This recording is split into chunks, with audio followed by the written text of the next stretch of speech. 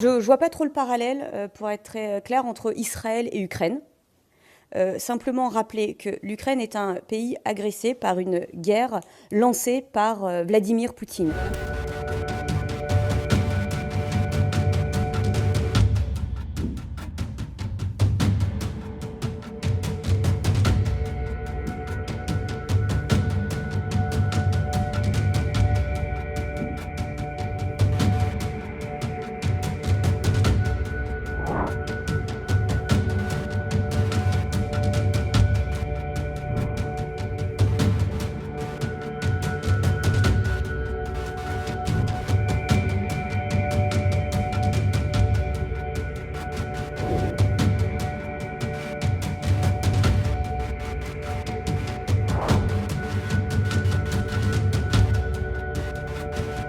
Oui, mais par rapport aux sanctions, c'est vraiment, j'insiste une dernière fois, par rapport aux sanctions, la France, il y a comme un deux poids deux mesures par rapport à l'Ukraine et aux sanctions qui sont prises contre la Russie, par exemple, ou contre d'autres pays. Des sanctions sont prises, et là, aucune sanction. On attend les résultats d'une procédure qui peut prendre des mois, voire des années, etc.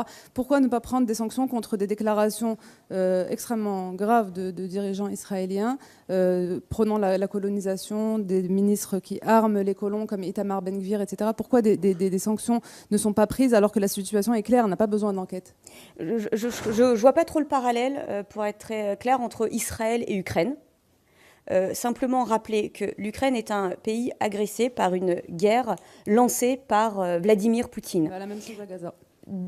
C'est pas spécialement la même chose. C'est une population qui est agressée. Je pense qu'il ne faut pas oublier la date du 7 octobre. Ce qui ne veut pas dire qu'il faut Il y a 1000 pas dates oublier. avant le 7 octobre.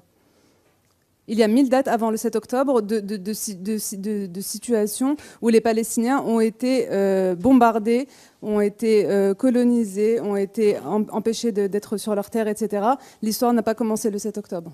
L'histoire n'a pas commencé le 7 octobre, mais l'histoire retiendra le 7 octobre, Ah oui. où il y a eu une attaque terroriste de grande ampleur qui a touché Israël, qui a touché des femmes, des enfants, des hommes, parce qu'ils étaient israéliens, parce qu'ils étaient juifs. Et certains sont français. C'est pour ça que je rappelle la position de la France, c'est d'appeler à la libération des otages, de tous les otages, et à un cessez-le-feu immédiat et durable.